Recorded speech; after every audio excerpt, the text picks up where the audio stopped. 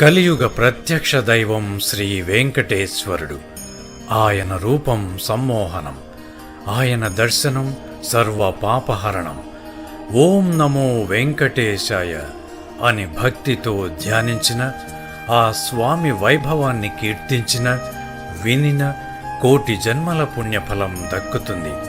తిరుమల ఏడుకొండల పరమార్థం ప్రతి ఒక్కరూ తెలుసుకోవలసిన ఆవశ్యకత ఎంతైనా ఉంది. ఈ కలియుగంలో మనిషి తెలిసో తెలియకో తాను చేసిన పాపాలను తొలగించుకొని ముక్తి మార్గం వైపు వారిని పయనింపచేయాలన్న సత్సంకల్పంతో మా ఆరాధ్య ఛానల్ స్తోత్ర నిధి ద్వారా మీకు అందిస్తున్న శ్రీ వెంకటేశ్వర వైభవం సప్తాహంలో భాగంగా ఈరోజు మొదటి రోజు.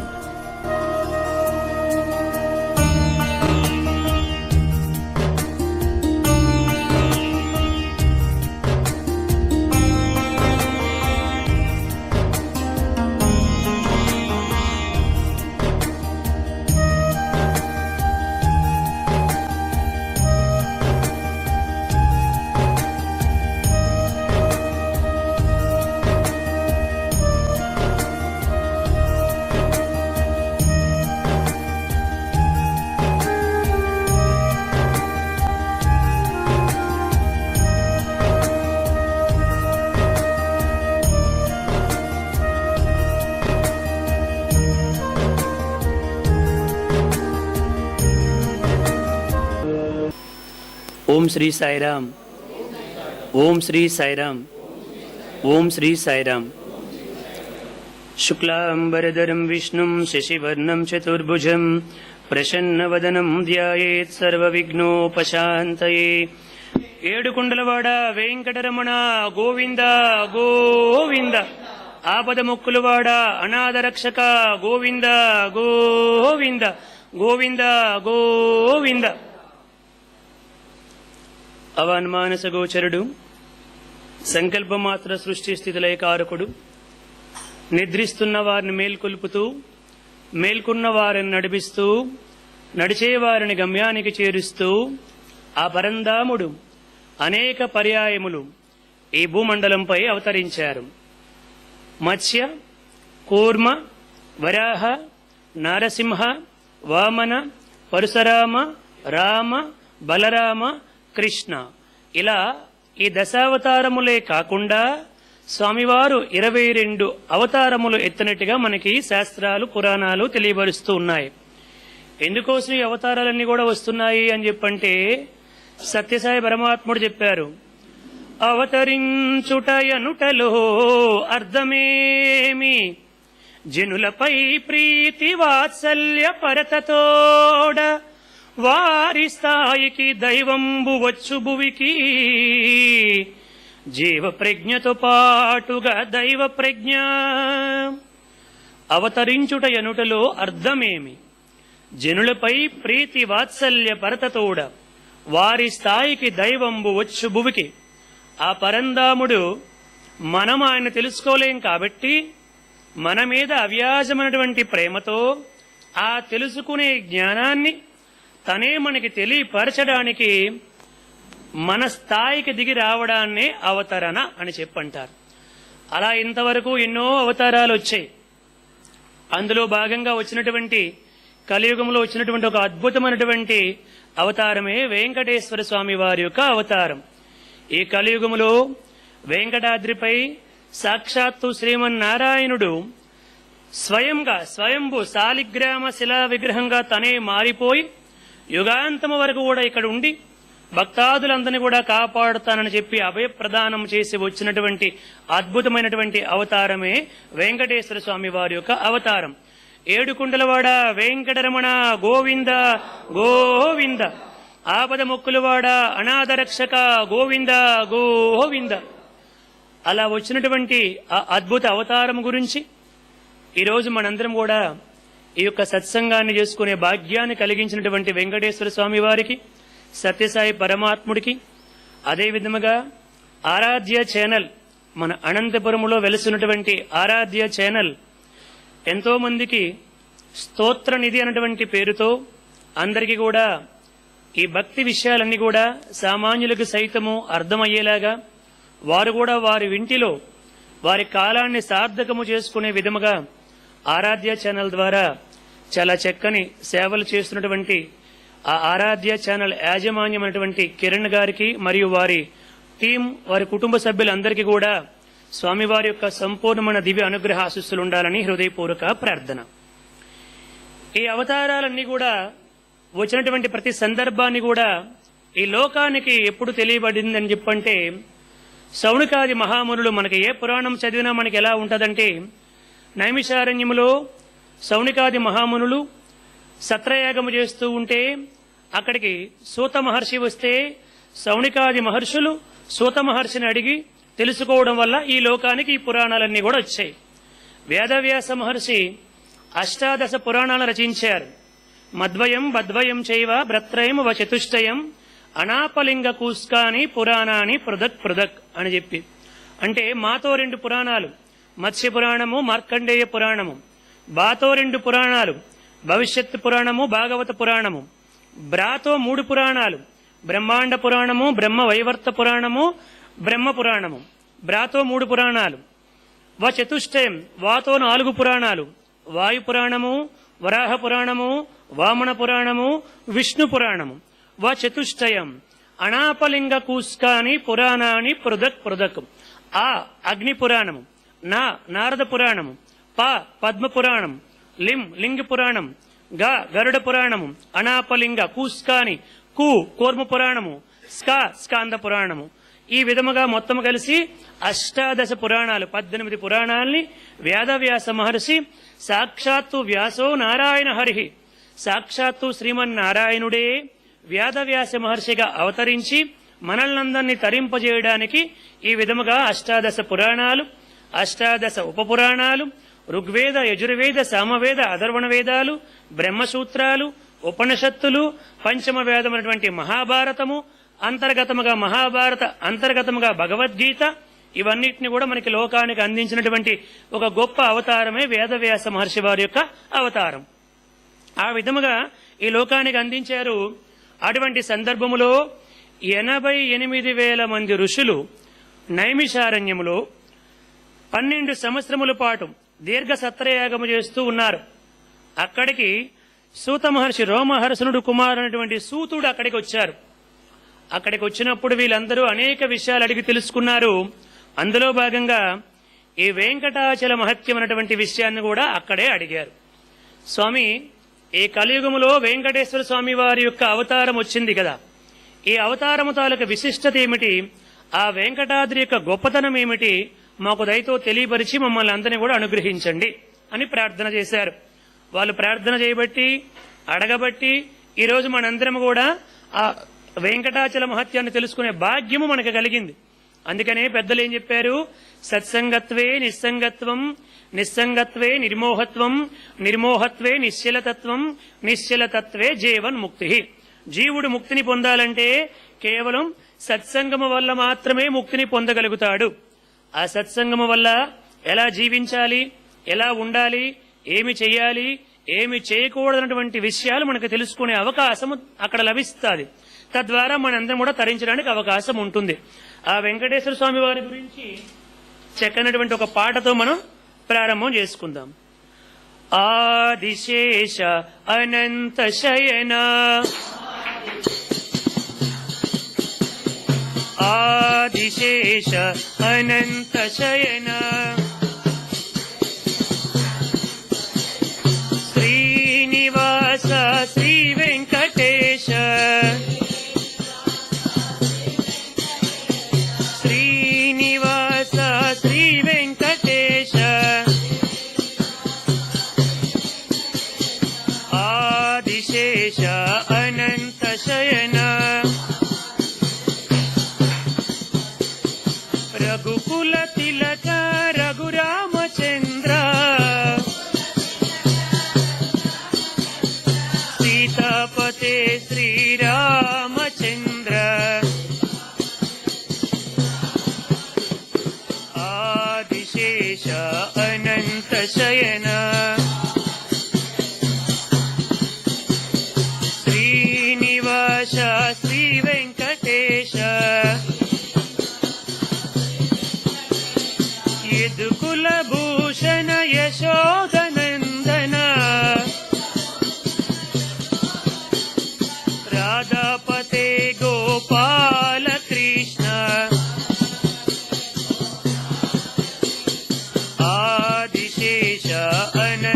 శయన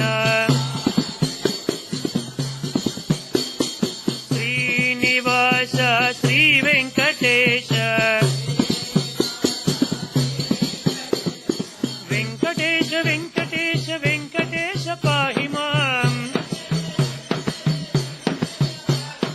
శ్రీనివాస శ్రీనివాస శ్రీనివాస రక్ష మాం వెంకటేశ పాహి మాం శ్రీనివాస రక్ష మాం శ్రీనివాస పాహి మాం వెంకటేశ రక్ష మాం ఆదిశేష అనంత శయన శ్రీనివాస శ్రీ వెంకటేశ. ఈ విధంగా కలియుగములో మానవాళ్ళందరూ కూడా వెంకటేశ్వర స్వామి వారిని కీర్తిస్తూ తరిస్తూ ఉన్నారు. అటువంటి ఆ వెంకటేశ్వర స్వామి వారి యొక్క వెంకటాచల మహత్యాన్ని చెప్పడానికి ఉపక్రమించే ముందు ఈ సృష్టి గురించి 4 విషయాలు తెలుసుకునే ప్రయత్నాన్ని మనం చేద్దాం. ఇంతవరకు ఈ వెంకటాద్రి అన్నటువంటిది కేవలము ఈ కలియుగంలో వచ్చినటువంటి పర్వతము గాని ఆ కొండ గాని కాదండి. అది చాలా యుగాల కోట్ల సంవత్సరాల పూర్వమే ఉంది వెంకటాద్రి. మనందరికి కూడా ఏదో పూర్వం కూడా మీకు చెప్పాను, కలియుగం అని చెప్పంటే 4,32,000 సంవత్సరములు కలియుగము. ద్వాపరయుగం అంటే 8,64,000 సంవత్సరములు ద్వాపరయుగము. 12,96,000 సంవత్సరములు త్రేతాయుగము. 17,28,000 సంవత్సరములు కృతయుగము. వెరసి ఈ 4 కలిసి ఏమంటాము చతుర్యుగము అని చెప్పి అంటాం. 4 యుగాలు ఉన్నాయి కాబట్టి చతుర్యుగం అంటాం. ఈ 4 కలిసి 43,20,000 సంవత్సరాలు. ఇటువంటి చతుర్యుగాలు 70 చతుర్యుగాలైతే ఒక మన్వంతరం అంటాం. ఇప్పుడు మనం ఉన్నటువంటిది ఏ మన్వంతరం అండి? వైవస్వత మన్వంతరం. ఇటువంటి మన్వంతరములో ఎన్నుంటాయి? 71 మహాయుగాలు ఉంటాయి. ఇటువంటి మన్వంతరాలు 14 మన్వంతరాలైతే ఒక కల్పం. అంటే 1000 చతుర్యుగాలైతే ఒక కల్పం. ఒక కల్పం అయితే బ్రహ్మదేవుడికి ఒక పగలు. 1000 చతుర్యుగాలైతే బ్రహ్మదేవుడికి ఒక పగలు అవుతాది. అటువంటివి ఆ 1000 చతుర్యుగాలు అయిపోయిన తర్వాత మరలా చాలా కాలం పాటు కుంభవృష్టి ధారాపాతముగా వర్షం వస్తుంది, జలప్రళయం వస్తుంది. జలప్రళయంలో సృష్టి అంతా కూడా కనుమరుగైపోతుంది. తదనంతరం మరలా బ్రహ్మదేవుడు 1000 చతుర్యుగాల పాటు నిద్రపోయి, అంటే ఎంతకాలం నిద్రపోతున్నారో చూడండి బ్రహ్మదేవుల వారు. 1000 చతుర్యుగాల పాటు వారు నిద్రపోయిన తర్వాత మరలా లేచిన తర్వాత మరలా సృష్టి ప్రారంభం అవుతుంది. అలా బ్రహ్మదేవుల వారికి ఇప్పటికి 51వ సంవత్సరం నడుస్తుంది. ఇంకా 49 సంవత్సరాలు ఉన్నాయి. అది అయిపోతే అప్పుడు ఎవరు బ్రహ్మదేవుడు అవుతారని చెప్పంటే ఆంజనేయ స్వామి వారు బ్రహ్మదేవుడు అవుతారు. కాబోయే బ్రహ్మ ఆంజనేయ స్వామి వారు అన్నమాట. అంతవరకు ఆయన గంధమాదన పర్వతంపై తపస్సు చేసుకుంటూ ఉన్నారన్నమాట. అది అయితే ఇటువంటి 14 మన్వంతరాల్ని ఏమంటామంటే ఒక కల్పం అంటాం కదా. స్వయంభూ మనవు, స్వారోచిస మనవు, ఉత్తమ మనవు, తామస మనవు, రైవత మనవు, చాక్షుస మనవు, వైవస్వత మనవు అంటే 7వ మన్వంతరములో మనం ఇప్పుడున్నాం. ఇంకా మనకి 7 ఉన్నాయి. సూర్య సావర్ణి మనువు, దక్ష సావర్ణి మనువు, బ్రహ్మ సావర్ణి మనువు, ధర్మ సావర్ణి మనువు, రుద్ర సావర్ణి మనువు, దేవ సావర్ణి మనువు, ఇంద్ర సావర్ణి మనువు. ఇలా ఈ మన్వంతరాలు ఇలా తిరుగుతూనే ఉంటాయి, రొటేట్ అవుతూనే ఉంటాయి. ఇలా ఇప్పటికి మనందరం కూడా ఎన్నిసార్లు వచ్చేమో, ఎన్నిసార్లు వెళ్లిపోయామో చూడండి. ఒక్కసారి ఆలోచన చేయండి. మనందరికీ కూడా కొన్ని కోట్ల జన్మలు కలిగాయి. అందుకోసమని భాగవతములో చెబుతారన్నమాట. చేతులారంగ శివుని పూజింపడేని, నోరు నవ్వంగ హరికీర్తి నుడువడేని, దయయు సత్యంబులోనుగా తలపడేని, కలుగునేటికి తల్లుల కడుపు చేటు. ఇంతవరకు ఎన్ని జన్మలో ఎత్తి ఆ తల్లికి ఎంతో గర్భశోకాన్ని కలిగించావు. ఎన్నోసార్లు ఆవిడ ప్రసవ వేదన అనుభవించింది. ఇంకా ఎన్ని జన్మలు ఎత్తుతావు? కాబట్టి ఆ నారాయణ నామస్మరణ చేసుకుని జన్మరాహిత్యమైనటువంటి మోక్ష స్థితిని పొందడానికి సాధన చేయవయ్యా ఎప్పటికైనా అని మనకి భాగవతం తెలియపరుస్తూ ఉంది. అలా వచ్చినటువంటి ఆ మన్వంతరాలన్ని విషయాలను కూడా తెలియపరిచారు. అలా ఒకానొక కల్పములో ఒకానొక సందర్భములో వచ్చినటువంటి ఈ వెంకటాద్రి గురించి మనం ఇప్పుడు తెలుసుకునే ప్రయత్నం చేస్తున్నాం. జయముల భగవాన్ శ్రీ సత్యసాయి బాబాజీకి. ఇటువంటి అవతారాలని అంగీకరించినటువంటి దేశం, ఇటువంటి అవతారాల వల్లే ఈ సృష్టి అంతా నడుస్తున్నటువంటి సృష్టి యొక్క ధర్మము యొక్క దైవత్వము యొక్క ధర్మత్వాన్ని, ఉనికిని, పాప పుణ్యాల్ని అంగీకరించి ఆచరించి ఆ పరమాత్ముడు పాదాలను విస్మరించకుండా ప్రార్థిస్తూ ఈ జన్మని సార్థకము చేసుకునే దేశం ఈ ప్రపంచంలో ఏదైనా ఉందంటే అది భారతదేశం ఒక్కటే ఉందన్నమాట. అంతే. ఎంత గొప్ప విషయాలు చెప్పారు స్వామివారు. అలా చెప్పిన తర్వాత వేదోద్ధారణ, మందరాభరణ, పృథ్వీ ధర్మ నిర్మాణ, ప్రహ్లాద త్రాణ, బలి ప్రతారణ, నృపాహంకార నిర్వాపణ, వైదేహీ రమణ, ధనుంజయ జయ వ్యాపార పారీణ, చోణీ దివ్యత్కరుణ, తమోహరణ, తండ్రి శ్రీ వెంకటేశ ప్రభు అని చెప్పి స్వామివారిని అందరూ కూడా కీర్తిస్తూ ఉంటారు. అటువంటి అద్భుత అవతారము. అందులో భాగంగా మానవాళికి ముక్తిని చూపించడానికి తన సర్వశక్తుల్ని కూడా అక్కడ నిక్షిప్తం చేసి వెంకటాద్రిపై అవతరించింది. అటువంటి అద్భుతమైనటువంటి అవతారం వచ్చింది. అందుకోసమని చెప్పి వెంకటాచలానికి ఏమంటాము నాతో పాటు మీరందరూ కూడా చెప్పండి. వెంకటాద్రి సమస్థానం బ్రహ్మాండే నాస్తి కించన వెంకటేశ సమో దేవో న భూతో న భవిష్యతి. వెంకటాద్రి సమస్థానం బ్రహ్మాండే నాస్తి కించన వెంకటేశ సమోదేవో న భూతో న భవిష్యత్ అని చెప్పి వెంకటేశ్వర స్వామి వారిని కీర్తిస్తూ ఉన్నారు. కృతేతు నారసింహాభు త్రేతాయాం రఘునందన ద్వాపరే వాసుదేవశ్చ కలౌ వెంకటనాయక. అందుకనే సుప్రభాతంలో కూడా ఏమంటున్నారు? శ్రీశేషశైల గరుడాచల వెంకటాద్రి నారాయణాద్రి వృషభాద్రి వృషాది ముఖ్యం అని చెప్పి సుప్రభాతములో వెంకటేశ్వర స్వామి వారిని కీర్తిస్తూ ఉన్నాం మనందరం కూడా. అంటే స్వామివారు ఆ కేవలము 7 కొండలు 7 పేర్లే కాదు, దానికి అనేక నామాలు ఉన్నాయి. అందులో మనం కొన్ని నామాల యొక్క విశిష్టతని చెప్పుకునే ప్రయత్నాన్ని మనందరం కూడా చేస్తూ ఉన్నాం. స్వామివారు అక్కడ స్వయంభూ శిలామూర్తిగా మారిపోయారు. ఎలా మారిపోయారు? ఎడమ చెయ్యిని నడుముపై పెట్టుకున్నారు. కుడి చేతిని ఎక్కడ చూపించారు? పాదాల వైపు చూపించారు. అంటే అర్థం ఏమిటంటే నా పాదాలని ఆశ్రయించండి, నా పాదాలని ఆశ్రయిస్తే ఈ సంసారమైనటువంటి సముద్రము మీకు ఎక్కడి వరకు వస్తుందంటే నడుము వరకే వస్తుంది. మిమ్మల్ని పూర్తిగా ముంచివేయకుండా నేను కాపాడతాను, నా పాదాలని ఆశ్రయించనని చెప్పడమే వెంకటేశ్వర స్వామి వారి యొక్క అవతార ఉద్దేశం. ఇలా స్వామివారి యొక్క దివ్య కీర్తిని అష్టాదశ పురాణాల్లో దాదాపు 12 పురాణాలు శ్రీ వెంకటేశ్వర స్వామి వారి యొక్క వైభవాన్ని కీర్తించాయి. అలాగే ఆ పైన ఒక శిలాతోరణం ఉంటుంది. మనందరి తిరుపతి వెళ్లే వాళ్ళందరికీ కూడా తెలుస్తుంది. ఆ శిలాతోరణాన్ని సైంటిస్టులందరూ కూడా పరిశోధన చేసి ఈ శిలాతోరణం ఎప్పుడుది అని చెప్పి పరిశోధన చేస్తే వాళ్ళకి తెలిసింది ఏమిటంటే 200 కోట్ల సంవత్సరాల క్రిందటది అని చెప్పి తెలిసిందండి. ఇప్పుడు వెంకటాచలం అనేటువంటి ఆ పర్వతము ఎన్ని వందల సంవత్సరాల క్రిందటంటే 200 కోట్ల సంవత్సరాల క్రిందటది మాట. అది ఇది సైన్స్ కూడా అంగీకరిస్తూ ఉంది. అటువంటి గొప్ప అద్భుతమైనటువంటి అవతార కేంద్రాన్ని ఆ కొండపై స్వామివారు కేంద్రముగా స్వీకరించి అక్కడ అవతరించారు. ఈ అవతారాలన్నీ కూడా శ్రీకృష్ణ పరమాత్ముడు చెప్పినట్టుగా యదా యదా హి ధర్మస్య గ్లానిర్భవతి భారత అభ్యుత్థానం అధర్మస్య తదాత్మానం సృజామ్యహం పరిత్రాణాయ సాధూనాం వినాశాయ చ దుష్కృతాం ధర్మ సంస్థాపనార్థాయ సంభవామి యుగే యుగే.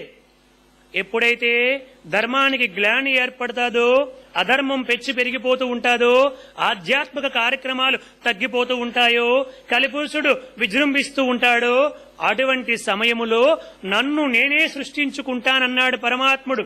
అందులో భాగంగా వచ్చినటువంటి అవతారాలే ఈ అవతారాలన్నీ కూడా.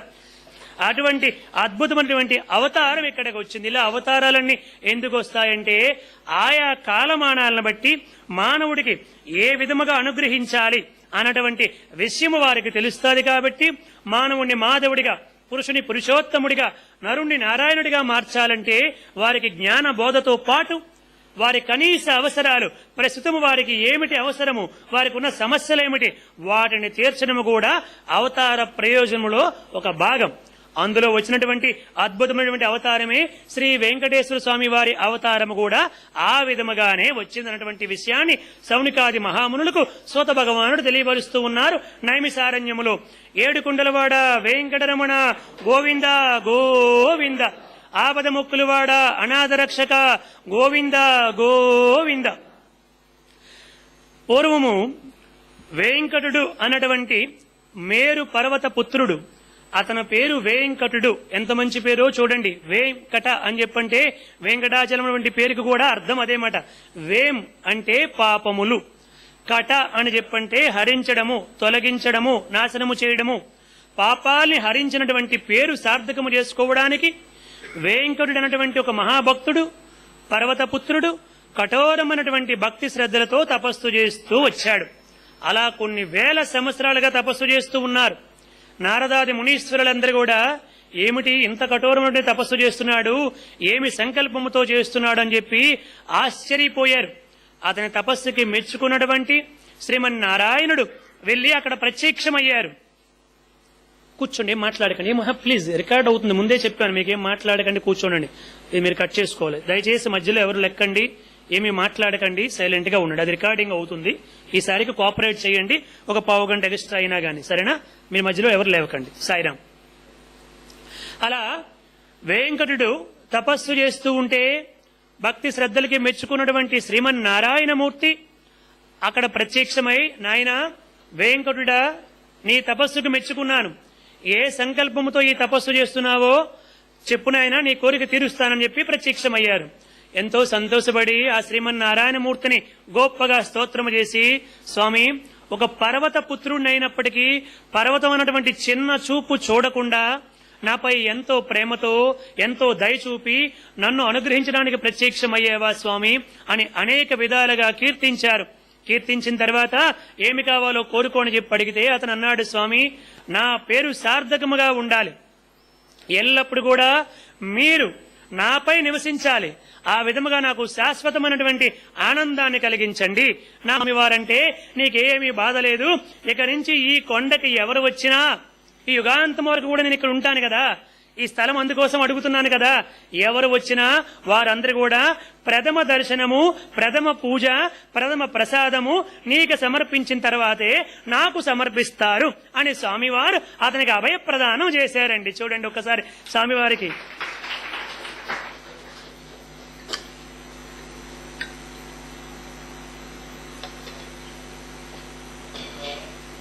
అలా స్వామివారు అతనికి అభయప్రదానము చేశారు. తత్కారణము చేత ఇప్పుడు క్రీడాద్రి, వెంకటాద్రి ఏమైంది, ఆనందాద్రి, క్రీడాద్రి, గరుడాద్రి, ఇప్పుడు వచ్చేసరికి ఏమైందండి, వరాహాద్రి. ఒకటే పర్వతము. ఆ ఒకటే పర్వతానికి ఇన్ని నామాలు ఇలా వచ్చాయి. ఇలా కొంతకాలం అయిన తర్వాత వృషభాసురుడు అన్నటువంటి ఒక రాక్షసుడు పుట్టుకొచ్చాడు. వీడు పుట్టుకొచ్చి ఆ నారాయణ మంత్రాన్ని ఉపాసన చేశాడు, నారాయణ కవచాన్ని. మహాభక్తితో నారసింహ శాలిగ్రామాన్ని పెట్టుకుని ఆ వెంకటాద్రిపై పూజలు చేయడం ప్రారంభించాడు. గొప్ప దివ్యశక్తి సంపాదించాడు, అందరినీ కూడా జయించేశాడు. మొత్తం అఖండ భూమండలాన్ని జయించేసి ఇదంతా కూడా నాదే అని చెప్పి అనడం ప్రారంభించాడు. దేవతలు, ఋషులు అందరూ కూడా శ్రీమన్నారాయణ మూర్తి దగ్గరికి వెళ్లారు. స్వామి, ఈ వృషభాసురుడు మీరు అతనికి దివ్యశక్తులన్నీ కూడా ప్రసాదించారు, ఇప్పుడు అతను విజృంభించాడు, మాకు తపస్సులు చేయనివ్వడం లేదు, యజ్ఞయాగాలు చేయనివ్వడం లేదు, చాలా ఆటంకాలు కలిగిస్తున్నాడు స్వామి అని అనేక విధాలుగా ప్రార్థిస్తే అప్పుడన్నారు, మీరందరూ కూడా, ఈ ఋషులందరూ కూడా, దేవతలందరూ కూడా వెంకటాద్రి పర్వతం పైకి వెళ్లిపోయి అనేక పుష్పములుగా, తీగలుగా, లతలుగా, ఫల పుష్ప వృక్షాలుగా మీరందరూ మారిపోయి తపస్సు చేసుకోండి అని చెప్పి అన్నారు. ఆ వైభూమి, నేను ఇక్కడ తపస్సు చేయడం వల్లే ఇదంతా దేదీప్యమానంగా వెలిగిపోతుంది అనుకున్నాడు వీడు. అక్కడ వెలిగింది కారణం ఏమిటి, అక్కడ ఋషులు, దేవతలు మారువేషములో వచ్చి తపస్సు చేసుకోవడం వల్ల దేదీప్యమానంగా వెలిగిపోతూ ఉంది. ఇలా కొంతకాలం అయిన తర్వాత ఒకానొకసారి స్వామివారు అతను పూజ చేస్తున్నటువంటి ఆ శాలిగ్రామం నుంచే ఉద్భవించి, నాయనా నీకేమి కావాలో కోరుకోని చెప్పి అడిగారు. స్వామి, నాకు నీతో యుద్ధము కావాలి, యుద్ధ భిక్ష పెట్టండి నాకని చెప్పి అన్నాడు. ఎవరైనా ఇటువంటి భక్తులు కూడా ఉన్నారన్నమాట. భగవంతుడితో యుద్ధ భిక్ష కోరుకున్నాడు. జాంబవంతుడు ఏం కోరుకున్నాడండి? శ్రీకృష్ణ పరమాత్ముడితో అన్నాడు రామావతారం తుండేటప్పుడు, స్వామి నాకు మీతో ద్వంద్వ యుద్ధం చేయాలని కోరికుందని చెప్పి అన్నాడు జాంబవంతుడు. సరేనాయనా, ప్రస్తుతానికి నీకు ఆ కోరిక తీరే యోగ్యత లేదు కాబట్టి దానికోసం నిరీక్షించు, నువ్వు కోరుకున్నావు కాబట్టి అని చెప్పి అన్నాడు. ఆ తర్వాత కృష్ణావతారంలో వచ్చి ఆ యొక్క జాంబవతి పరిణయం అదంతా కూడా మీకు తెలుసు. సత్రాజిత్తు సమంతకమని తీసుకుని వెళ్లడము, అక్కడ పెట్టడము, జాంబవంతుడితో స్వామివారు దాదాపు 21 రోజుల పాటు యుద్ధము చేయడము, తదనంతరము కూడా అతన్ని నిలువరించడము, అప్పుడు ఆయనకి దర్శనాన్ని కలిగించడము. ఓహో, నా రామచంద్ర ప్రభువే ఈ విధంగా వచ్చారా, నేను అర్థం చేసుకోలేకపోయానని చెప్పి అనుకోవడము, అదంతా మీకు తెలుసు. అలా మహాభక్తులు రకరకాలుగా ఉంటారు. వీళ్ళేం కోరుకున్నారని చెప్పంటే యుద్ధ భిక్ష కోరుకున్నాడు. అలా కోరుకున్నాడు అతను. అప్పుడు స్వామివారు వచ్చి, నాయనా నీకు యుద్ధ భిక్ష కావాలా? తప్పకుండా నీకు యుద్ధ భిక్ష పెడతాను. కాకపోతే ఒకటి గుర్తుపెట్టుకో, నాతో యుద్ధం ఎలాగుంటుందో తెలుసు కదా, నాతో యుద్ధములో నువ్వు విజయాన్ని సాధించలేవు అని చెప్పంటే, స్వామి నేను యుద్ధము చేయకూడదని సంకల్పించాను, కేవలం మీ చేతుల్లో నేను నిరహాతుని అయిపోతే చాలు, మీ పాదాల్లో ఐక్యం అయిపోతే చాలు. అందుకని దేవతలందరూ కూడా వస్తే వారికి ఏమన్నానంటే, ఎంత పవిత్రముగా ఈ వెంకటాద్రి పర్వతము దేదీప్యమానంగా వెలిగిపోతుంది కాబట్టి ఇక్కడ రక్తము చిందించడం నాకు ఇష్టం లేదని చెప్పి అన్నాను. అంటే దేవతలందరూ సంతోషపడి వెళ్లిపోయారు. ఎందుకంటే ఇక్కడ రక్తము చిందించకూడదు అనుకున్నానంటే, నువ్వు రక్తము చిందించకూడదు అనుకున్నావు కాబట్టి, ఆ సంకల్పము చాలా గొప్పది కాబట్టి, నీలో పరివర్తన కలిగిందని నేను తెలుసుకున్నాను కాబట్టి నిన్ను అనుగ్రహించడానికి నేను వచ్చాను. ఏమి కావాలో కోరుకొని చెప్పంటే, నాకు యుద్ధ భిక్ష పెట్టి నా పేరు శాశ్వతముగా ఉండిపోయేలాగా చేయండి అని చెప్పి అన్నాడు. తప్పకుండా అని చెప్పి స్వామివారు ఈనాటి నుంచి ఈ పర్వతాన్ని వృషభాద్రి అని చెప్పి అంటారని చెప్పి స్వామివారు చెప్పారు. ఏడుకొండలవాడ వెంకటరమణ గోవింద గోవింద, ఆపద ముక్కులవాడ అనాథ రక్షక గోవింద గోవింద. చూడండి, ఎవరు ఏది కోరుకుంటే అది అనుగ్రహిస్తారు స్వామివారు. అతనికి యుద్ధ భిక్ష పెట్టి అతని యొక్క ప్రాణాలు తనలో ఐక్యము చేసుకుని అతనికి ముక్తిని ప్రసాదించి అతడి పేరు మాత్రము శాశ్వతముగా ఉండిపోయేలాగా చేశారు. ఆనాటి నుంచి వృషభాద్రి అని చెప్పి అనడం ప్రారంభించారు. తర్వాత అడిగారు సౌనికాది మహామునులు, స్వామి అక్కడ స్వామివారి పుష్కరిణి ఎలా ఏర్పడింది? ఆ పుష్కరునికి అంత గొప్ప పేరు ప్రఖ్యాతులు ఎలా వచ్చాయి? ఆ పుష్కరిణి మానవాళి పాపాన్ని పరిత్యాగం చేయగలిగే దివ్య శక్తిని ఎలా సంపాదించింది? ఆ యొక్క వివరాలేమిటో మాకు తెలియపరచండి అని అడిగారు. అడిగితే అప్పుడు చెబుతున్నారు, సూత మహర్షి చెబుతున్నారు, నాయన ఒకానొక సందర్భములో కొన్ని కారణాంతరాల వల్ల కృతయుగములో గంగమ్మకి సరస్వతీదేవి శాపం పెట్టింది. ఏమనంటే, నీవు నదిగా మారిపోయి మానవులందరి కూడా పాపాలని అనుభవిస్తూ జీవించదువుగాక అని శాపం పెట్టింది. ఆ శాపము ఆవిడకేమైంది? వరమయ్యింది. చూడండి, భగవంతుడి అనుగ్రహం ఉంటే శాపం ఏమైపోతుంది? వరం అయిపోతుంది. భగవంతుడి అనుగ్రహం లేకపోతే వరము కూడా శాపం అయిపోతుంది. అందుకోసం తర్వాత సరస్వతీదేవికి లక్ష్మీదేవి ఏమిటి, బంగారు లాంటి గంగమ్మకి శాపం పెడతావా? నీవు కూడా భూలోకములో నదిగా జన్మించి ఎక్కువ పేరు ప్రఖ్యాతులు పొందకుండా కొద్ది దూరం మాత్రమే ప్రయాణం చేసి ఆ గంగలోనే ఐక్యం అయిపోదువుగాక అని శాపం పెట్టింది లక్ష్మీదేవి సరస్వతీదేవికి. తర్వాత లక్ష్మీదేవికి సరస్వతీదేవి చాలా కోపం వచ్చేసి, లక్ష్మీదేవికి నీవు కూడా భూలోకములో జన్మించి నీ పతికి దూరమై చాలా దుఃఖాన్ని పొందుదువుగాక అని చెప్పి శాపం పెట్టింది. నారద మహర్షి వచ్చాడు, నారాయణ నారాయణ నారాయణ అనుకుంటూ వచ్చాడు. స్వామి ఏమిటి స్వామి, త్రిమాతల ముగ్గురు కూడా ఒకరికొకరు ఇలా కోపం పడిపోయి శాపాలు పెట్టేసుకుంటున్నారు, ఏమిటి స్వామి అని చెప్పి అన్నాడు. అప్పుడు అన్నాడు అతను శ్రీమన్నారాయణుడు, ఇదంతా నా లీలా నాటకంలో ఒక భాగమే నారదా, నువ్వు ఏమి కూడా తొందరపడకు, ఏమి కూడా బాధపడవలసిన అవసరం ఏమి కూడా లేదు, ఇదంతా కూడా నా లీలా నాటకంలో ఒక భాగమే అని చెప్పి అన్నాడు. అలా జరిగినటువంటి కొంతకాలము తర్వాత ఏమి జరిగిందంటే, ఆ వరము అంటే ఆ శాపము కాస్త వరముగా మారింది. చాలా కాలము తర్వాత మీకు ఇంతకు పూర్వం గంగమ్మ భూలోకానికి ఎలా వచ్చిందో చెప్పాను. గంగమ్మ కూడా భూలోకానికి రాకపూర్వమే సరస్వతీదేవి నదిగా మారి కొంతకాలం ప్రయాణం చేసి ఐక్యం అయిపోవలసి ఉంది కదా. అందుకోసమని చెప్పి సరస్వతీదేవి భూలోకానికి వచ్చి కఠోరమైనటువంటి తపస్సు చేస్తూ ఉంది. తపస్సు చేస్తూ ఉంటే అక్కడికి ఒక మహానుభావుడైనటువంటి పులస్తుడు వచ్చాడు. బ్రహ్మ మానస పుత్రుడైనటువంటి పులస్తుడు వచ్చాడు. అమ్మా సరస్వతి, నదిగా పుట్టి ఇక్కడ తపస్సు చేసుకుంటున్నావేమిటి? నేను స్నానం చేయాలి, నదిగా మారని చెప్పి అన్నాడు. ఆవిడ తపస్సు చేసుకుంటూ ఉంటే ఈ పులస్తుడికి అహంకారం ఎక్కువైపోయి తపస్సు చేసుకుంటున్నావేమిటి, నువ్వు నదిగా వచ్చావు కదా భూలోకానికి, నేను స్నానం చెయ్యాలి, నేను ఎవరిని, బ్రహ్మ మానస పుత్రుణ్ణి, పులస్తుణ్ణి, వెళ్లి నదిగా మారు స్నానం చేయాలని చెప్పి గట్టిగా గద్దించాడు. అమ్మవారు తపస్సులో ఉన్నారు. మన తపస్సు అయితే మనం తపస్సు చేస్తూ ఉన్నా చుట్టూ ఏం జరుగుతూ ఉంటుందో తెలుస్తూ ఉంటుంది. ఆ నిజమైనటువంటి తపస్సుకి ఏమి జరుగుతుందో తెలియదు కదా, అందుకోసం అని చెప్పి ఆమెకి నిజంగానే వినిపించలేదు. ఇది చాలా కోపం వచ్చేసింది. అమ్మా, నీకు శాపం పెడుతున్నాను ఇప్పుడే. నువ్వు ఏ ఉద్దేశంతో తపస్సు చేస్తున్నావో అంటే గంగమ్మ కంటే గొప్ప కీర్తి పొందాలనుకుంటున్నావు కాబట్టి ఎటువంటి పరిస్థితుల్లో కూడా నువ్వు గంగమ్మ కంటే గొప్ప కీర్తి పొందకుండా ఉండిపోదుగాక అని శాపం పెట్టాడండి. అందుకనే గంగమ్మ కంటే సరస్వతీదేవికి గొప్ప కీర్తి రాకుండా అయిపోయింది. పులస్తుడు పెట్టినటువంటి శాపం అటువంటిది. అప్పుడు అమ్మవారికి మెలుగు వచ్చి, ఏమిట్రా, నాకు పుత్రుడు అయ్యండి, బ్రహ్మమానస పుత్రుడు అంటే నాకు కూడా పుత్రుడివి కదా, నువ్వు ఒక కుమారుడివా, తల్లికే శాపం పెడతావా? తపస్సు చేసుకుంటూ ఉంటే నీకు స్నానం కోసం నదిగా మారమని శాపం పెడతావా? మీ వంశములో ఒక మహాక్రూరుడు పుట్టి వాడి కారణంగా మీ వంశమంతా కూడా సర్వనాశనం అయిపోతుంది కాక అని చెప్పి అమ్మవారు శాపం పెట్టారు. ఇటువంటి వాడికి అదే తగిన శాస్తి అని అమ్మవారు శాపం పెట్టారు. మరలా వెంటనే, అమ్మా, కొడుకుని ఏదో తెలియక శాపం పెట్టాను, అంత మాత్రంగా నువ్వు కూడా ఎంత పెద్ద శాపం పెడతావా, మా వంశం అంతా కూడా సర్వనాశనం అయిపోమంటావా, అమ్మా నన్ను క్షమించమ్మా అని అమ్మ పాదాల పైన పడిపోయాడు. ఆ అమ్మ కోపం ఎంతసేపు ఉంటుందండి, మనందరికీ తెలిసినటువంటిదే కదా. అమ్మ కోపము తాటాకుల మంట అన్నారు పెద్దవాళ్ళు, అది ఎక్కువసేపు ఉండదన్నమాట. కాబట్టి వెంటనే మరలా అమ్మ కరిగిపోయింది. కరిగిపోయి, సరేనైనా మీ వంశములో కొంచెము 3వ తరములు అంటే ఇప్పుడు కాకుండా, నీ కొడుకు కాకుండా ఆ తర్వాత పుట్టేవాడి వల్ల మీ వంశము కొంచెము నాశనం అవుతాది, కానీ అందులో కూడా ఒక గొప్పవాడు పుడతాడు. అంటే నీకు పులస్తుడికి విశ్రవసుడి పుడతాడు. ఆ విశ్రవసుడికి పుట్టినటువంటి వాడే రావణాసురుడు, కుంభకర్ణుడు, విభీషణుడు, శూర్పణఖ. అందులో విభీషణుడు అన్నటువంటి ఒక గొప్ప ధర్మాత్ముడు పుడతాడు. వీడి వల్ల, రావణాసుడి వల్ల మీకు ఎంత చెడ్డ పేరు వస్తుందో, ఈ విభీషణుడి వల్ల కూడా మీ వంశము నిలబడతాది. గొప్ప రామభక్తుడిగా, గొప్ప మంచి వ్యక్తిగా ఈ లోకములో శాశ్వత కీర్తిని పొందుతాడు అని చెప్పి నిన్ను తల్లిగా ఆరాధిస్తారు, నిన్ను పూజనీయాలుగా చూస్తారు, ఈ 5,000 మంది నీకు పాదదాసులుగా ఉంటారు అని అనేక విషయాలని కూడా చెప్పేవాడు. అయినప్పటికీ ఏ రోజు కూడా రావణాసుడి వైపు కన్నెత్తి కూడా చూడకుండా తలదించుకొని దుఃఖిస్తూ శ్రీరామచంద్రమూర్తిని మనసులో స్మరించుకుంటూ ఆ వేదవతి భౌతికంగా కనిపిస్తున్న సీతమ్మ రూపంలో అక్కడ తపస్సు చేసుకుంటూ ఉంది. ఇలా గడిచింది 10 నెలలు గడిచింది. శ్రీరామచంద్రమూర్తి వచ్చాడు, నలుడు నీలుడు ద్వారా సముద్రంలో సేతువు కట్టాడు. ఆంజనేయ స్వామి అవతలకు వెళ్లారు, అంతా తెలుసుకుని వచ్చారు. యువతలకు వచ్చి అన్ని విషయాలను చెబితే అందరూ కూడా అవతలకు వెళ్లి రావణాసుడు సంహారం చేశారు. ఇప్పుడు సీతమ్మను తీసుకుని రావాలి. సీతమ్మను తీసుకుని వచ్చాడు.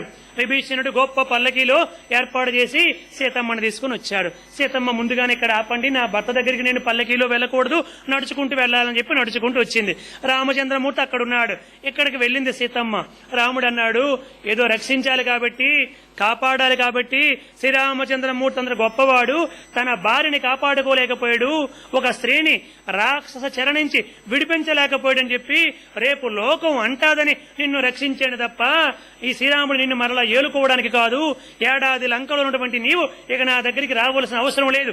విభీషణుడి దగ్గరైనా ఉండొచ్చు, లేదా ఈ సుగ్రీవుడి దగ్గరికైనా వెళ్ళొచ్చు, ఆంజనేయ స్వామి దగ్గరికైనా వెళ్ళొచ్చు, ఎవరి దగ్గరికైనా వెళ్లి ఉండొచ్చు. వాళ్ళందరూ కూడా నిన్ను తల్లితో సమానంగా చూస్తారు. కాబట్టి ఎక్కడికైనా వెళ్లి నీవు నీ జీవితాన్ని కొనసాగించవచ్చని రాముడు కఠినమైనటువంటి మాటలు ఆడాడండి. అందరూ కూడా బాధపడ్డారు. ఏమిటి, ఎంత యుద్ధము చేసి రావణాసురుణ్ణి, కుంభకర్ణుణ్ణి, ఇంద్రజిత్తుని ఎంతమందిని సంహరించి మనము కూడా ఎంతో మంది ప్రాణాలు కోల్పోతే రామచంద్రమూర్తి ఏమిటి ఇలా అంటున్నాడు అని చెప్పి అందరూ బాధపడ్డారు. చితి పేర్చమన్నారు. ఆ చితిలో దూకి ఆ సీతమ్మ తన యొక్క దివ్యత్వాన్ని నిరూపించుకోమని చెప్పారు. అప్పుడు సీతమ్మ ఏమన్నది, నేను గనుక త్రికరణ శుద్ధిగా శ్రీరామచంద్రమూర్తిని మనసులో స్మరించి ఉంటే ఈ అగ్నిదేవుడు నన్ను కాపాడుదునుగాక. నేను ఏనాడు కూడా రావణాసురుణ్ణి నా మనస్సులోనికి కూడా రప్పించకుండా ఉన్నదాన్నైతే ఆ అగ్నిదేవుడు నన్ను కాపాడుదుడుగాక. నేను సర్వకాల సర్వావసలందు తపస్సు తప్ప అన్యమెరగని దాన్నైతే అగ్నిదేవుడు నన్ను కాపాడుదుడుగాక అని ఇలా అనేక శపథాలు చేసి అందరు ఆహాకారాలు చేస్తూ ఉంటే భయభ్రాంతులైపోతూ చూస్తూ ఉంటే ఆ చూడలేక కొంతమంది కళ్ళు మూసుకుంటే, కొంతమంది పక్కకు తిరిగిపోతే శ్రీరామచంద్రమూర్తిని అందరూ కూడా విమర్శిస్తూ ఉంటే అటువంటి పరిస్థితుల్లో సీతమ్మ అగ్నిలో దూకేసింది. అప్పుడు లోపల ఉన్నటువంటి ఇప్పుడు దూకినటువంటిది ఎవరు? వేదవతి. లోపల ఉన్నటువంటి నిజమైన సీతమ్మని అగ్నిదేవుడు తండ్రి తన కుమార్తెను ఎలాగైతే తొడపై కూర్చోబెట్టి తీసుకొస్తాడో ఆ విధముగా తీసుకొచ్చి, రామచంద్ర, ఈ సీతమ్మ తల్లి నేను చెబుతున్నాను, పంచమహాభూతముల సాక్షిగా, సకల దిక్పాలకులు సాక్షిగా, అష్టదిక్కులు సాక్షిగా, ఈవిడ త్రికరణ శుద్ధిగా సర్వకాల సర్వావస్థల యందు కూడా శ్రీరామ నామస్మరణ తప్ప వేరెరుగని భక్తాగ్రగణ్యురాలు ఈ సీతమ్మ తల్లి అని అగ్నిదేవుడు చెప్పాడు. అగ్నిదేవుడికి ఒకసారి గట్టిగా కర్తార్థం చేయండి, చెప్పి ఈవిడ్ని స్వీకరించండి అని అన్నారండి. అలా అనేసరికి రామచంద్రమూర్తి, నాకు కూడా నా సీతమ్మ ఎంత గొప్పదో, ఆవిడ పాతివ్రత్యం ఏమిటో, ఆవిడ త్రికరణ శుద్ధిగా నన్నే స్మరుస్తున్నటువంటి విషయం నాకు తెలుసు, లోకానికి తెలియాలని ఈ విధముగా ప్రవర్తించాను అంతే అని రాముడు కూడా చెప్పి, నేను ఇప్పుడు సీతని త్రికరణ శుద్ధిగా స్వీకరిస్తున్నాను అని అందరి ముందు చెప్పి సీతమ్మని స్వీకరిస్తూ ఉంటే వెనకాతల వస్తూ ఉంది వేదవతి. ఆ ఛాయారూపంలో కనిపించింది. అప్పుడు సీతమ్మ రామచంద్రమూర్తికి మాత్రమే అర్థమయ్యేలాగా, రామచంద్ర, మరి ఈ వేదవతి పరిస్థితి ఏమిటి? మరి నిన్ను నన్ను కలపడానికి ఏడాది పాటు అష్ట కష్టాలు పడ్డది కదా ఈ రావణ చెరలో, మరి ఆవిడని కూడా వివాహము చేసుకో, భారీగా నేను అంగీకరిస్తున్నాను, ఆవిడ వివాహము చేసుకో అని చెప్పంటే, ఈ అవతారములో సీత ఏకపత్ని వ్రతుణ్ణి కాబట్టి ఈ అవతారములో చేసుకోను, నీ కోరిక తప్పకుండా తీరుస్తాను, రాబోయే కలియుగములో నేను శ్రీనివాసుడిగా వస్తాను, అలా వచ్చినప్పుడు తప్పకుండా ఈ వేదవతి ఆకాశరాజు ధరణీదేవులకి పద్మావతి దేవిగా జన్మిస్తాది, అప్పుడు ఆవిడ వివాహం చేసుకుంటానని అలనాడు శ్రీరామచంద్రమూర్తి మాట ఇచ్చారు. ఆ కారణంగా వచ్చినటువంటిదే వెంకటేశ్వర స్వామి వారి యొక్క అద్భుత అవతారం. ఏడుగుండలవాడ వెంకటరమణ గోవింద గోవింద, ఆపద మొక్కులవాడ అనాథ రక్షక గోవింద గోవింద. ఇలా ఒక అవతారము భూలోకానికి రావడానికి వెనకాతల అనేక కారణాలు ఉన్నాయి, చూశారా? దీనితో పాటు మరి ఒకులమాత ఉంది కదా, ఆ ఒకులమాత ఎవరండి? యశోదామాతే ఒకులమాత. అలనాడు ఆ యశోదామాత ఏమంది శ్రీకృష్ణ పరమాత్ముడి దగ్గరికి వెళ్లి, శ్రీకృష్ణ పరమాత్మ 16,108 పెళ్లిళ్లు చేసుకున్నావు, ఒక్క పెళ్లి కూడా నేను చూడలే, ఏం చేసుకున్నానో, ఏం పాపం చేశానో ఏమిటో నాకు తెలియదు నాయన. 9వ ఏట వెళ్లిపోయావు, కంసుణ్ణి సంహరించావు, ఆనాటి నుంచి నీ పెళ్లి ఒక్కటి కూడా నేను చూడలేదు కాబట్టి నీ పెళ్లి చూడాలనుకుంటున్నాను. ఇక్కడ మీకు మరలా సంశయం ఉంటుంది, 16,000 మంది పెళ్లిళ్ళు అని చెప్పంటే ఈ 16,000 మంది ఎవరండి? నరకాసురుడు తీసుకుని వెళ్లి 16,000 మంది రాజకన్యలందరినీ కూడా అపహరించి చిత్రహింసలకి గురి చేసి అనేక విధాలుగా ఇబ్బంది పెడుతూ ఉంటే శ్రీకృష్ణ పరమాత్ముడు వెళ్లి నరకాసురుడు సంహరించాడు. సత్యభామ సంహరించలే, సత్యభామ కూడా యుద్ధము చేసింది. ఆ యుద్ధములో దాదాపు నరకాసురుడు సైన్యాన్ని మొత్తాన్ని కూడా సత్యభామ సంహరించేసింది. మధ్యలో కొద్దిసేపు విశ్రాంతి తీసుకో అని కృష్ణుడిని పక్కన పెట్టి సత్యభామ యుద్ధము చేసింది. అప్పుడు నరకాసురుడు అన్నాడు, శ్రీకృష్ణ, అసలు మా వాళ్ళందరూ ఎందుకు చచ్చిపోయారు అనుకుంటున్నావు? నువ్వు నీ భార్యతో స్త్రీతో యుద్ధము చేయిస్తున్నావు, సత్యభామతో. అటువంటి స్త్రీతో మేము యుద్ధము చెయ్యం కాబట్టి మేము చచ్చిపోతున్నాం, లేకపోతే మా వాళ్ళు చచ్చి ఉండేవారు కాదని చెప్పి అన్నాడు. సత్యభామ, ఇప్పుడు నువ్వు విశ్రాంతి తీసుకో అని చెప్పి ఆయన ఆ ధనస్సును స్వీకరించి అవలీలగా ఆ మిగిలిన సైన్యాన్ని నరకాసురుని సంహరించేశారు. అంటే ఇద్దరు కూడా పాత్ర ఉంది కాబట్టి కొన్ని సందర్భాల్లో సత్యభామని, కొన్ని సందర్భాల్లో శ్రీకృష్ణ పరమాత్మని చెబుతూ వచ్చారు. యథావత సంహారం అయిపోయిన తర్వాత ఈ 16,000 మంది కూడా వచ్చి, కృష్ణ పరమాత్మ, ఈ నరకాసురుడు చెర నుంచి మమ్మల్ని విడిపించావు, చాలా సంతోషం.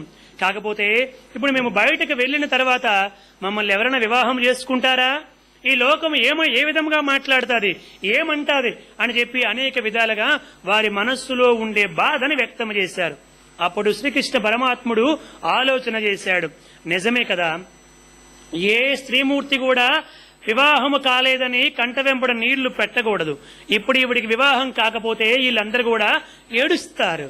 లోకం అంతా కూడా నరకాసురుడి దగ్గర ఉండి వచ్చారు, అందుకే పెళ్లి కాలేదని వీళ్ళు బ్రతికి ఉన్నంత వరకు విమర్శిస్తారు. ఆ విమర్శలేవో నేనే అనుభవిస్తాను, పర్వాలేదు, వీళ్ళని పెళ్లి చేసుకుంటానని చెప్పి కృష్ణ పరమాత్ముడు వాళ్ళందరినీ వివాహం చేసుకోవడానికి అంగీకరించాడు. ఆ వివాహం జరిగే తీరు కూడా ఒక అద్భుతము. అక్కడికి వెళ్లిన తర్వాత ముహూర్తం పెడితే అక్కడ అంటాడు పురోహితులు వచ్చి, స్వామి, ముహూర్తం పెడితే ఒక ముహూర్తం అని చెప్పంటే 2 గడియలు, అందుకోసం అని చెప్పి ఈ ముహూర్త కాలము దాటిపోతుంది. మీరు ఒక్కొక్కల మెడలో ఆ మాంగళ్య ధారణ చేసి పక్క వాళ్ళ దగ్గరికి వచ్చి ఆ 16,000 వివాహ మండపాలను ఏర్పాటు చేశారు. ఆ 16,000 మండపాల్లోకి వచ్చి తాళి కట్టేసరికి ముహూర్తము దాటిపోయి దుర్ముహూర్తాలు వచ్చేస్తున్నాయి, అనేక ముహూర్తాలు వచ్చేస్తున్నాయి. మరి ఏమిటి స్వామి పరిస్థితి అని కృష్ణ పరమాత్ముడికి అడిగితే కృష్ణ పరమాత్ముడు చెప్పాడు, మీకేమీ పర్వాలేదు, ఒకటే ముహూర్తం పెట్టండి అన్నాడు. ఒకటే ముహూర్తం పెడితే కృష్ణ పరమాత్ముడు 16,000 మంది రాజకన్యల దగ్గర 16,000 మంది కృష్ణుడులుగా మారిపోయి ఒకే ముహూర్తానికి తాళి కట్టారండి. అదొక అద్భుతం మాట భాగవతం. ఇలా స్వామివారు తమ దివ్యత్వాన్ని తెలియపరిచారు. అందుకనే ఒక అవతారము రావడానికి అనేక జన్మలలో ఎన్ని కారణాలున్నాయో చూడండి. రామావతారముతో సంబంధం ఉంది, కృష్ణావతారముతో సంబంధం ఉంది. కాబట్టి వెంకటేశ్వర స్వామి వారి అద్భుత అవతారం ఆ విధముగా వచ్చింది. అందుకోసం అని చెప్పి మనందరం కూడా ఆ పాట పాడేటప్పుడు, ఉయ్యాల పాట పాడేటప్పుడు స్వామివారికి ఏమని పాడుతున్నాము? రామావతారము, కృష్ణావతారము, వెంకటేశ్వర అవతారము, అన్ని అవతారాలకి సంబంధం ఉందని చెప్పి అలనాడు అన్నమాచార్యుడు చాలా చక్కగా ఉయ్యాల పాటలు పాడుకుంటూ వచ్చాడు. అలర చంచలమైన ఆత్మలందుండ నీ అలవాటు చేసెని ఉయ్యాల, పలుమారు ఉచ్ఛ్వాస పవనమందుండ నీ భావంబు తెలిపెని ఉయ్యాల, ఉయ్యాల ఉయ్యాల ఉయ్యాల ఉయ్యాల అని అద్భుతముగా కీర్తన చేశాడు. అంటే మనందరికి కూడా స్వామివారిని మీ హృదయములో ఆ విధముగా జోలపాట పాడి ఉయ్యల లూపండి అని చెప్పారు. అందుకే మనము కూడా ఉయ్యాల సేవలో ఉయ్యాల పాటలు పాడుతూ ఉన్నాం. వెంకటేశ్వర స్వామి వారికి ఏమని పాడుతున్నాం? రామలాలి మేఘశ్యామలాలి,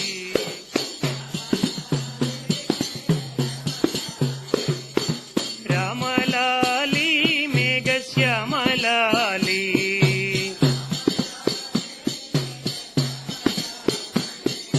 రామరస నయన దశరథ తనయాలాలి,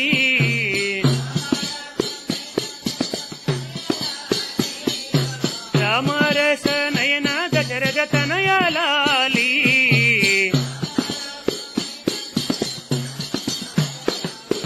రామలాలి మేఘశ్యామలాలి,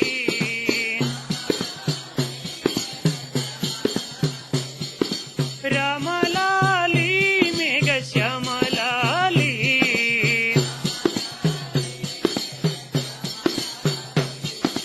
రామరస నయన దశరథ తనయాలాలి,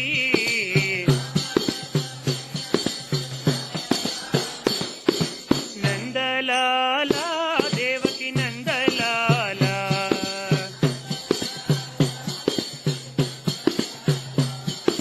నందలాల దేవకి నందలాల,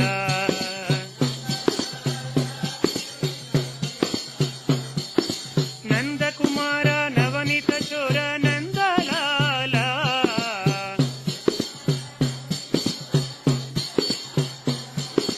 నందకుమార నవనీత చోర నందలాల,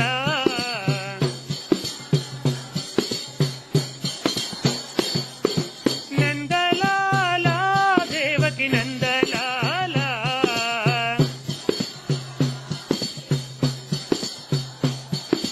నందలాల దేవకి నందలాల,